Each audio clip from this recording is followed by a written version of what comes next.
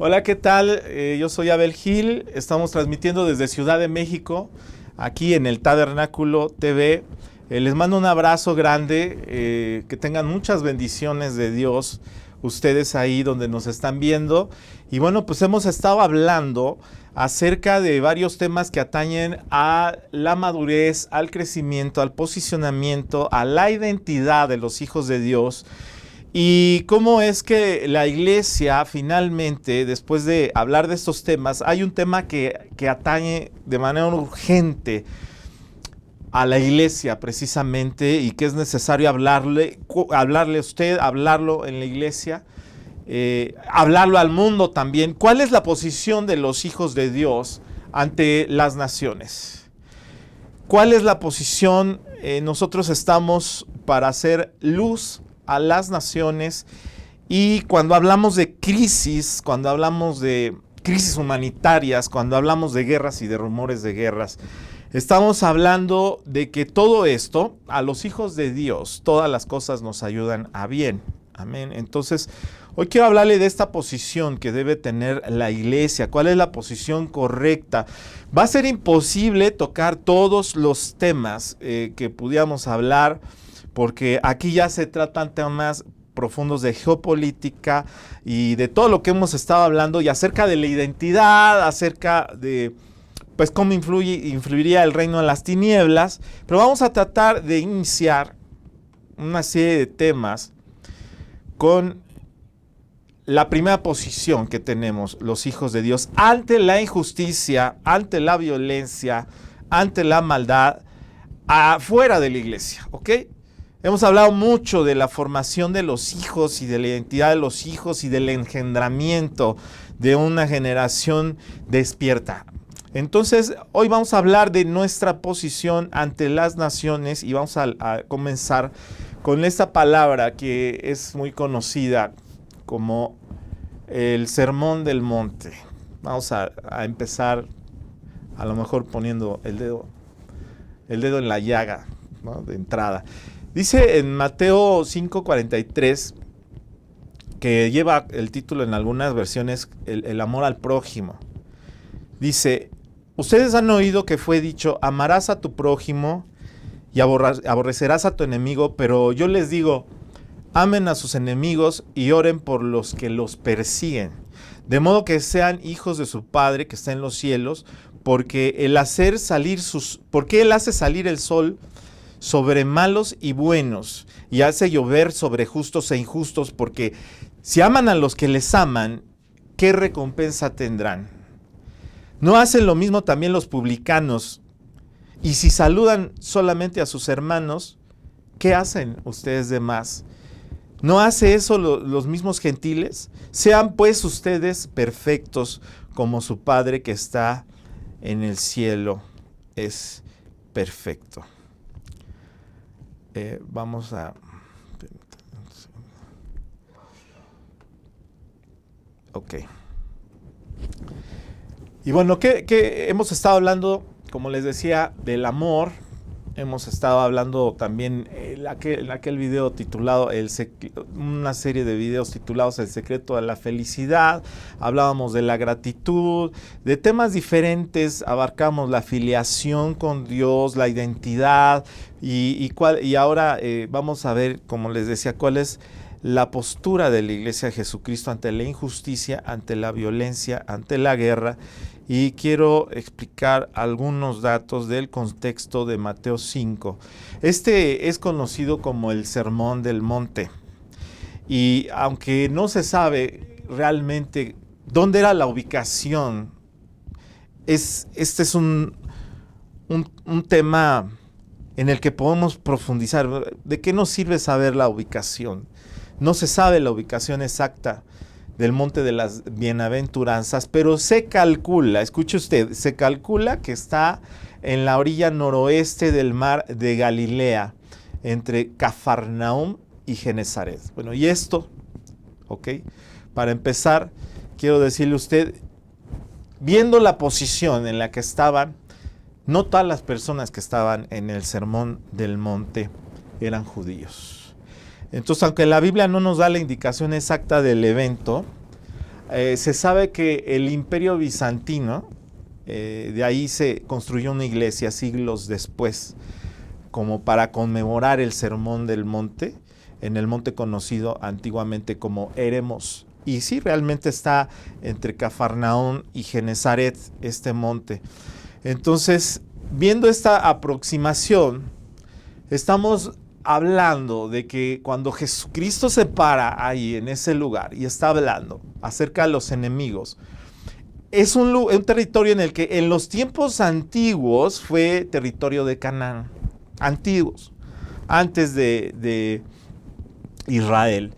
En los tiempos de Israel, del reino de Israel, fue territorio en ese lugar, en el oeste del mar de Galilea.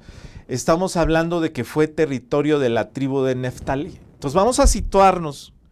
En ese momento todo el territorio alrededor era Israel. En el momento en que eran las tribus de Israel, perdón. En el momento del reino de Israel. Pero después, en tiempos de Jesucristo, ahí junto al mar de Galilea era territorio de Galilea. Entonces ahí existían algunas colindantes. Estaba Judea, estaba Samaria, Decápolis, Fenicia. Y eso, todo ese territorio, principalmente, escuche usted, Galilea, Judea, Samaria, era conocido como Palestina en los tiempos de Jesús. En los tiempos modernos, vamos a situarnos nuevamente, donde se emitió el Sermón del Monte, es el territorio israelí, nuevamente. Pero de igual forma, colinda con Palestina, Líbano, Siria, Golán, Jordania. Entonces, quiero decirles algo muy interesante a usted. Ahí en ese momento no solamente había judíos, había mucha gente de Samaria, samaritanos, Decápolis, Fenicia, de Palestina, Galilea. Está Persia también, al oeste me parece, hacia el noroeste. Entonces, vamos a situarnos en un escenario en donde Jesucristo le estaba hablando a toda Palestina, ¿ok? No sé si alguno de nosotros en la actualidad todavía vivimos en contiendas, en disensiones, en pleitos, no sé, etcétera. Pero de ninguna manera debemos de pensar que un hijo de Dios es maldiciente, o ladrón, o despojador, o violento, ¿verdad? Y estamos hablando desde el punto de vista de la carne, porque hace ratito aquí en el tabernáculo, en el preámbulo, estamos hablando de la guerra espiritual y de cómo tomar, estamos hablando de que los hijos de Dios estamos entrenados para arrebatar y para tomar esa herencia que nos pertenece. Pero aquí esto de maldicientes, ladrones, despojadores, violentos, estoy hablando desde el punto de vista de la carne. Entonces, creemos que los hijos de Dios no somos esto, ¿ok? Dice Mateo 5, del 6 al 7, lo siguiente. Bienaventurados los que tienen hambre y sed de justicia, porque ellos serán saciados. Bienaventurados los misericordiosos, porque ellos recibirán misericordia. Bienaventurados los de limpio corazón, porque ellos verán a Dios. Bienaventurados los que hacen la paz, porque ellos serán llamados hijos de Dios. Entonces, no estamos abrogando o menoscabando la capacidad de los hijos de Dios en materia de guerra espiritual. Escuche, dice la Escritura, como un decreto profético salido de la boca de Dios a través de Jesucristo, que las puertas del Hades, escuche, las puertas del Hades no permanecerán contra la iglesia. Entonces hemos hablado que la iglesia en unicidad, también lo hemos hablado mucho aquí en el tabernáculo, en unicidad y con la estatura de madurez, con Jesucristo como cabeza, cobra la estatura de un gigante. Entonces, Ya decíamos, no es la unción mata gigantes, es la posición mata gigantes de los hijos de Dios. ¿Cuál posición? Una posición de madurez, de unicidad, y con Jesucristo como cabeza nos hace tener la estatura de un gigante. Entonces, estamos hablando de que la iglesia es un gigante, pero la iglesia es un instrumento que lleva la paz, que lleva la conciliación a las naciones y la bendición a las naciones. Amén. Entonces, esto es bíblico. Efesios 4 habla de la estatura de madurez, de la estatura del varón perfecto y de la unicidad. Entonces vamos a volviendo al escenario del Sermón del Monte, encontramos diferencias realmente mínimas, diferencias étnicas mínimas, diferentes, podríamos decir como nacionalidades que estaban ahí escuchando una palabra que de verdad, créalo, le costó la vida a nuestro Señor Jesucristo hablar eso, porque estaba hablándole en ese momento, vamos a ponernos a toda Palestina, pues, ahí había judíos, palestinos, árabes, ¿no? Y bueno, todo tipo de descendientes de Abraham en ese momento, ¿ok? Entonces, samaritanos, judíos, palestinos, árabes, ¿son descendientes de Abraham? ¿Sí o no? Usted contésteselo ahí. Entonces, ¿qué son? Son hermanos, ¿verdad? Entonces, por otra parte, Gálatas 3, 27, 28 dice, porque todos los que fueron bautizados en Cristo se han revestido de Cristo. En el 28 dice lo siguiente, ya no hay judío ni griego, no hay esclavo ni libre, no hay varón ni mujer, porque todos ustedes son uno en Cristo. Entonces estamos hablando de los que estamos en Cristo, obviamente, las diferencias raciales y étnicas, cuando nosotros estamos en Cristo, son abolidas para nosotros. Nuestra perspectiva global acerca de las naciones, cuando estamos en Cristo, debe ser completamente diferente. No hay diferencias raciales, no hay diferencias étnicas, ¿ok? En Cristo. Y aquí abarca más diferencias que no debe haber. Ok, sin mencionar todo lo que se ha emitido a través de los derechos, las declaraciones universales de los derechos humanos, no solamente es porque estamos en Cristo, sino porque conforme al derecho internacional humanitario, conforme a las declaraciones universales de derechos humanos, no hay diferencias étnicas, no, esto es antijurídico, ¿no? Caer en eso. No solo como hijos de Dios, sino también jurídicamente hablando. Romanos 14, 17 también dice lo siguiente, porque el reino de Dios no es comida ni bebida, sino justicia, paz, gozo en el Espíritu Santo. Entonces, algo que no hemos podido comprender, al menos yo no lo entiendo, no sé usted, yo no lo entiendo. ¿De dónde un hombre que se haga llamar hijo de Dios, o hermano, o profeta, o ministro de la iglesia de Jesucristo, pudiera llegar en algún momento a maldecir una nación? Ahora, quiero explicarle qué es una nación. Una cosa es un estado, otra cosa es el gobierno que está en turno en ese estado, y otra cosa cuando nosotros hablamos de nación, al hablar la misma iglesia como nación santa, estamos hablando de un grupo de personas que tiene el más profundo sentimiento de la pertenencia. Esa es una definición de la nación. La nación se describe así. En México hay un origen de la nación mexicana, alguien que se considera un héroe también de la patria, que es José María Morelos. Este hombre, bueno, los que no son mexicanos, bueno, pueden o no conocen la historia de México, así surge el plan de independencia de México y del surgimiento de la nación mexicana a través de un manifiesto, un pequeño libro que escribe Morelos, que se llama Sentimientos de la Nación. Entonces, Ahí podemos entender lo que significa nacionalidad, ¿no? El origen de nacionalidad. Cuando hablamos de naciones, hablamos de personas, ¿ok? A eso voy. Entonces, los ámbitos políticos y sobre todo los ámbitos geopolíticos debemos tener en cuenta que atañen a las naciones, es decir, a las personas, y son importantísimos en lo que concierne a la intercesión y también a la intervención de los hijos de Dios. Sino, ¿cómo puede expresar Jesucristo en este tiempo la luz? ¿Cómo puede expresar la justicia, el amor a las naciones, sino a través de quienes están predestinados para hacer la manifestación gloriosa de Jesucristo, que es de Dios, los hijos de Dios, a través de la iglesia?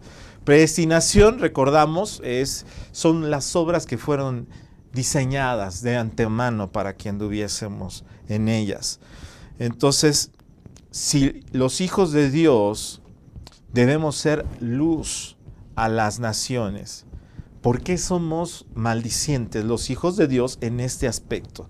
Y había una ley en el Antiguo Testamento que se llamaba, yo puedo preguntar a alguna persona cristiana en una reunión dominical, ¿no? Ahí dentro de alguna iglesia, dentro de algún templo, puedo preguntar si todavía vivimos en la ley del ojo por ojo y diente por diente, ¿no? Porque había una ley en el Antiguo Testamento, pero me van a decir que no. Y con toda la razón, porque Mateo 5:38 dice lo siguiente: habéis oído que se dijo ojo por ojo y diente por diente, pero yo os digo, estamos igual en el Sermón del Monte, no resistáis al que es malo, antes bien a cualquiera que te abofetee en la mejilla derecha, vuélvele también la otra. En Génesis 12:3 dice algo interesante que no debe ser tomado en contra de esta palabra que acabo de leer, Mateo 5:38. Yo les preguntaría, yo puedo preguntarle a alguien que si está vigente la ley del ojo por ojo y el diente por diente. ¿Alguien cree que está vigente? ¿Alguien lo llevaría? Creemos que no. Pero hay otra cosa que dice, Génesis 12:3, Dios le dijo a Abraham: maldeciré a los que te bendigan y a los que te maldigan, maldeciré. Bendeciré a los que te bendigan y a los que te maldigan, maldeciré. Y en ti serán benditas todas las naciones de la tierra.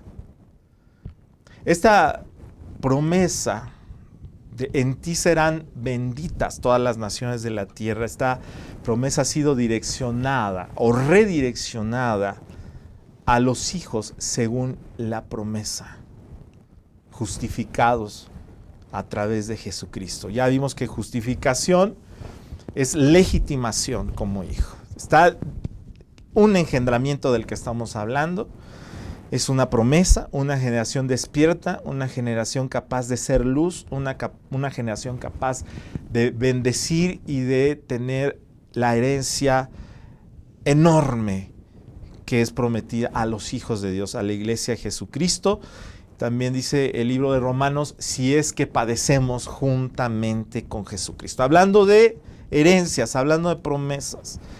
Entonces a la iglesia le hace falta aprender mucho acerca de esto, porque podemos transformar el bendeciré a los que te bendigan y a los que te maldigan maldeciré en la ley del ojo por ojo, cuando en realidad todo esto en Jesucristo ha cambiado ya para los hijos de Dios.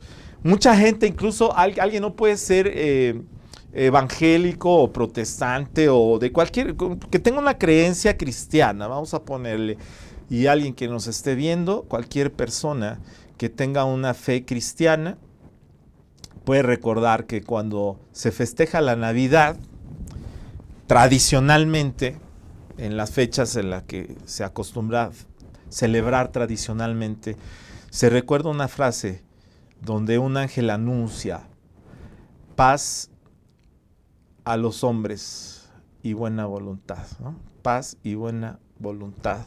Paz en la tierra y buena voluntad para con los hombres. Esta es la promesa a través de Jesucristo para todas las naciones, a través de Jesucristo. Entonces a la iglesia nos falta aprender demasiado acerca de esto y quiero volvérselo a repetir porque hay una relación entre Génesis 12:3 y Mateo 5:38. Mateo 5:38 dice: habéis oído que se dijo ojo por ojo y diente por diente, pero yo os digo, no resistáis al que es malo, antes bien a cualquiera que te abofetee en la mejilla derecha, vuélvele también la otra.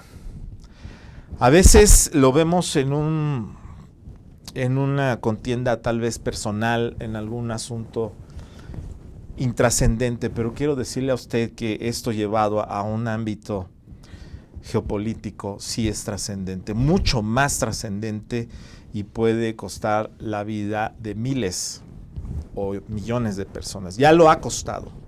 Ya ha habido muchos escenarios de muchos millones de personas tratando de tergiversar y justificar principios que ya no están vigentes en Cristo.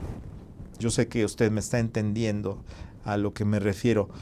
¿Cómo puede un ministerio verdadero, vamos a hacernos esta pregunta, un profeta Jesucristo, hasta un apóstol, cómo puede no entender la visión de la iglesia y su postura ante las naciones? Hay pseudo profetas, pseudo apóstoles que no entienden esto y que han sido capaces de soltar maldiciones incluso contra naciones, convirtiendo a Jesucristo, escuche esto bien, soltar maldiciones sobre una nación basándose en las palabras que yo he hablado, la que le dio a Abraham o el sermón del monte, convierten a Jesucristo en un chivo expiatorio. Usted debe saber lo que es un chivo expiatorio, avalando la violación de todos los principios de la paz consumados a través de la muerte de Jesucristo. Y además, escuche, avalando la violación de los derechos fundamentales de todos los hombres. ¿Ok? La soberanía de los estados. Avalando la violación de la soberanía de los estados, avalando la violación de las declaraciones universales de los derechos humanos y de la paz y del derecho humanitario.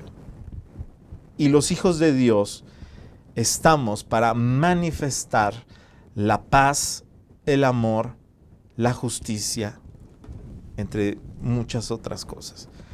Entonces, hombres que avalan esto, obviamente no tienen a Cristo. Y un hijo de Dios, un verdadero hijo de Dios, no puede avalar ningún acto de violencia o de despojo, de injusticia, con el aval o el pretexto de que alguna nación no esté en Cristo. Y yo quiero preguntarle hoy algo muy importante. Yo quiero que usted responda si, por ejemplo, los judíos de hoy tienen a Cristo. Y si los palestinos de hoy, por ejemplo, tienen a Cristo, o si naciones que como Siria, como Venezuela, por ejemplo, se podría contemplar como que tienen a Cristo, porque mucha gente dice, no tienen a Cristo. Algunas, si lo hablamos en términos de que la nación son las personas, vamos a entender que muchos tienen a Cristo y muchos no tienen a Cristo. Pero si pudiéramos nosotros contestar esta pregunta, si Corea del Norte, por ejemplo, tiene a Cristo, si China tiene a Cristo, Vietnam del Norte tiene a Cristo, yo quiero preguntarle a usted algo importante. ¿Usted tiene algún familiar, piense esto, que tampoco tenga a Cristo? Su prima, su hijo, su esposo mismo, probablemente no lo tiene. Mire, es verdad que mucha gente ha sido usada por Satanás contra nosotros, contra los hijos de Dios. Mucha gente se han vuelto contra nosotros, contra los hijos de Dios. Y nosotros, la iglesia de Jesucristo, somos la nación santa, la verdadera, dice Pablo. Ustedes son nación santa, real sacerdocio, linaje escogido, pueblo adquirido por Dios, para anunciar las virtudes de aquel que los llamó de tinieblas a luz admirable. Hablábamos de esto. en la charla anterior. Nosotros somos el Israel celestial, según la alegoría del apóstol Pablo. El cuerpo de Cristo. Hay mucho que hablar de esto. Muchas personas, como le digo, han sido usadas por Satanás contra nosotros, para desanimarnos. Tenemos personas allegadas que no tienen a Cristo y que tal vez han sido utilizadas para inhibir nuestra identidad, para bloquear la obra de Dios, que Dios está haciendo a través de nuestras vidas. A veces, como le decía, nuestras esposas, nuestros propios hijos. Y esto no sería una razón, ¿verdad?, en ningún momento para que le soltáramos una bomba a nuestra propia familia. O para invadir sus casas, o para despojarlos de algo. En el ministerio de el tabernáculo y muchos ministerios que están trabajando en conjunto con nosotros, he hallado algunas personas, yo entre ellos además de la teología sistemática o algunas materias en las que nos hemos especializado, también está el derecho internacional humanitario. Y he conocido muchos ministros que están levantando la voz en contra de la injusticia y están actuando en el ámbito internacional, pero hay pocos especialistas en el ramo del derecho internacional humanitario. Esto se lo digo porque este ramo del derecho internacional humanitario es el derecho que se ocupa de la guerra, la defensa de las personas inocentes que son víctimas de la guerra. Este es el derecho que trabaja precisamente para que la tía de estos pseudoapóstoles, de pseudoprofetas, ¿verdad?, que puede ser nuestros primos, nuestros hijos o quien haya sido, que no tienen a Cristo o por alguna razón no sean asesinados solo por el hecho de no tener a Jesucristo o por pensar diferente o por tener otra base religiosa diferente. Lo menciono así porque desde este ángulo profético y desde el ángulo del derecho internacional humanitario es inaudito, es inverosímil, escuche, es inverosímil mirar a un hijo de Dios diciendo amén a una injusticia de esta magnitud como la que hemos estado viendo. Y durante no solamente los últimos meses o los últimos años, sino desde el siglo pasado probablemente, hemos visto cualquier cantidad de atrocidades en donde mientras estamos orando a Dios, el Señor seguramente está anhelando que se levante una iglesia que pueda hablar la verdad y que pueda interceder con poder para parar todo este tipo de manifestaciones del espíritu anticristo a través de gobiernos que incluso pueden usar a Jesucristo como un chivo expiatorio, como lo estaba hablando. Entonces, hablando de una crisis humanitaria que se puede avecinar o que estamos pensándolo todo el tiempo, no hemos visto lo que realmente está sucediendo. Y todas estas circunstancias, usar a Jesucristo como chivo expiatorio es una abominación de verdad delante de Dios. Siempre hablamos de una abominación desoladora y lo vamos a estar siempre enfocando hacia un acto específico, en un lugar específico que todavía no sucede, pero todo esto es una abominación desoladora. Desoladora porque no ha habido una ley, o no ha habido una voz, o no ha habido alguien con la suficiente poder espiritual tal vez, o que se pueda poner en medio, como dice la Escritura. Algún día, si la iglesia entiende que somos el cuerpo de Cristo, como una sola entidad, como un varón nos puede ver a la estatura de madurez el Señor, podríamos ser el que contiene. Y no hablamos de un hombre, estamos hablando del cuerpo de Cristo.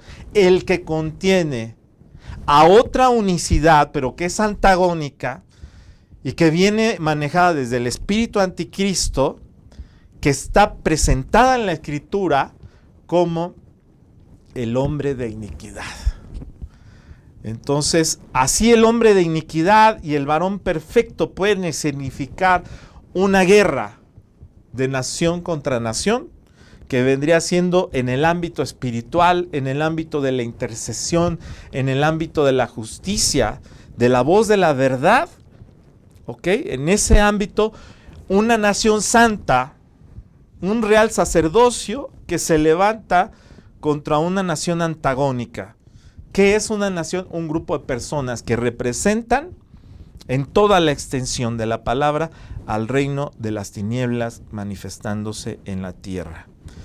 ¿Cómo podemos nosotros despertar hacia esto? Mediante la intercesión y mediante la exposición del Evangelio de la paz, que es el Evangelio de Jesucristo, desenmascarando toda artimaña, toda estrategia del enemigo, diría el apóstol Pablo, toda estratagema, ¿verdad? Porque esa palabra la habla en Efesios 4, que es diseñada para engañar aún a los hijos de Dios, a los escogidos. Y bueno, quiero finalmente ir expresándome acerca de lo que puede costar el reconocer o el avalar una ideología como una estratagema también. Y quiero preguntarle a usted si, por ejemplo, un homosexual es responsable de su vida y de sus acciones. Yo creo que la mayoría van a decir que sí, yo estoy de acuerdo con ello. Pero los homosexuales no son responsables de una estratagema ideológica. Porque estas estratagemas son planes que se maquinan en las esferas del gobierno, de gobiernos mundiales, gobiernos anticristo. Entonces, que tenemos que entender que el anticristo no es una persona, es un espíritu que trabaja y se manifiesta a través de personas a las que les da poder en las esferas más altas de varias índoles en el mundo. Diferentes esferas, específicamente en esferas de gobierno. Una estratagema ideológica puede, como yo les comentaba, una persona que practica la homosexualidad puede ser responsable de su vida nada más y de sus propias acciones, pero una estratagema ideológica puede destruir a miles o tal vez millones de seres humanos. Y los hijos de Dios sí reaccionamos ante estas estratagemas ideológicas, dependiendo de qué tipo de ideología sean. Podemos identificar luego de manera literal homosexualidad, el aborto, algunas cosas que se legalizan, pero que están por todo el mundo difundiéndose como estratagemas ideológicas. ¿Ok? Pero escuche esto, pero hay un grupo enorme de evangélicos, de cristianos, tal vez del ámbito protestante, del cristianismo, que aplauden desgraciadamente y dicen amén ante las estratagemas de guerra, de invasión, de destrucción de naciones enteras. Y a esto, desgraciadamente, ya lo han titulado, al igual que el famoso evangelicalismo, que es la manipulación de las masas evangélicas para ganar votos, y que ya sucedió y que al final resultó que quienes habían sido colocados en diferentes estados como presidentes, muchos de ellos resultaron que ni siquiera eran cristianos. Bueno, resultaron ser antagónicos, eso que le llaman evangelicalismo. Pero ahora se ha catalogado ya las actitudes de usar a Jesucristo como chivo expiatorio en guerras, en invasiones, en destrucción de naciones enteras. Se le ha llamado fascismo evangélico. Imagínese usted, esta estratagema obviamente tiene como fin hurtar, matar y destruir a miles y a millones de personas. Existen profetas que no han entendido que las naciones son personas. Los maldicientes, dice la Escritura, no heredarán el reino de los cielos. ¿Ok? Y no han entendido que los hijos de Dios, los verdaderos hijos de Dios, debemos ser luz a las naciones. Decir amén a una actitud así destructiva es como aceptar un sello en la frente y en la diestra, ¿no? De una manera para servir de una manera antagónica a quienes prácticamente se levantan como enemigos de Dios. Debemos velar por la justicia y la paz en las naciones, los hijos de Dios. Esa es la postura que debemos de tener. Muchos dicen que este es un trabajo de Jesucristo y estamos esperando a que Jesucristo venga y lo haga. El velar por la justicia y la paz de las naciones. Y ciertamente quiero decirle que Él es el príncipe de paz. Él, al llegar, al ser anunciado, se dijo paz en la tierra y buena voluntad para con los hombres. Él mismo lo dijo, que te conozcan a ti, el único Dios verdadero. Y sí, es trabajo de Dios, podríamos pensarlo así, pero también sabemos algo. Usted debe de saber que a su esposa, ya lo iba a cantar, pero se le ha concedido que se vista de lino fino. Y dice la Escritura que ese lino fino, limpio y resplandeciente son las obras de justicia de la mismísima iglesia de Jesucristo. Créalo usted que antes de que sea demasiado tarde, créalo, en el cielo no se necesita justicia, porque Jesucristo es el emperador del reino de los cielos. Él es el que imparte justicia, mas en la tierra nosotros, los hijos de Dios, somos la manifestación de Jesucristo. Nosotros somos la luz del mundo, dice la Escritura. Nosotros somos la sal de la tierra. Ahí mismo en el Sermón del Monte, Jesucristo habla de esto. Los cristianos de todo el mundo, los hijos de Dios, no estamos, escuche usted, no estamos para apoyar ningún acto de injusticia, ningún acto de violencia, ningún acto de despojo o de homicidio. Debemos guardar en nuestra vida, en nuestros hogares y en nuestras naciones y promover hasta lo último de la tierra el evangelio de la paz, del amor y de la justicia. Este es el evangelio de Jesucristo. Este es el evangelio del reino de los cielos. Amén. Hablamos mucho tiempo acerca de cosas que nos atañen dentro del alma, acerca de nuestra sanidad interior, acerca de todo lo que hemos descuidado tal vez como iglesia de Jesucristo, acerca de muchas cosas que necesitamos para crecer en identidad, para crecer en paternidad de Dios sobre nuestras vidas, para establecer la verdadera paternidad de Dios en nuestras vidas. Pero una vez que los hijos de Dios entendemos esto, debemos ponerlo, debemos manifestarlo, debemos levantarnos, porque el cuerpo de Cristo en unicidad, cobrando su estatura de madurez, es un gigante. Y hay una regla espiritual que entendimos. Lo entendimos, lo vivimos y los hijos de Dios debemos saberlo. A un gigante solamente lo puede matar otro gigante. Y terminó recordando la escena en donde David, para matar a un gigante, de manera profética recoge 5 piedras talladas. Habían sido talladas en un río. Tremendo. Ahí esas 5 piedras, viéndolas desde un punto de vista profético, profetizan, valga la redundancia, el diseño de la iglesia de Jesucristo. Profetiza la unicidad del cuerpo de Cristo. Profetiza y solamente al final toma una sola piedra que representa esa unicidad. Los 5 ministerios representan también este tema.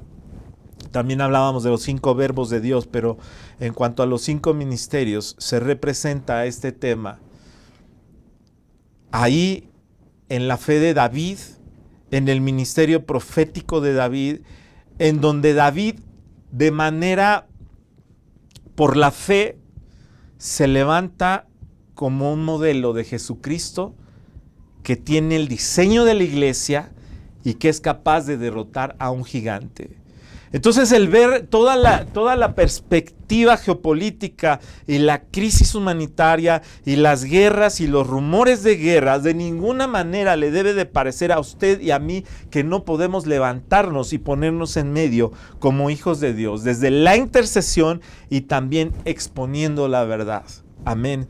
De ninguna manera podemos seguir permitiendo que nuestros hermanos estén viviendo en el engaño, porque esto puede significar, créame, y se lo digo proféticamente, porque lo hemos entendido, porque lo hemos interpretado, estas ideologías van derecho a su mente para sellarla. Seguimos esperando un chip, seguimos esperando algunas visiones que nos han vendido incluso Hollywood, pero no nos hemos dado cuenta que lo que tenemos que cuidar es nuestro pensamiento y cuidar que nadie nos engañe, porque han salido muchos hombres, dice la Escritura, engañando aún a los hijos de Dios.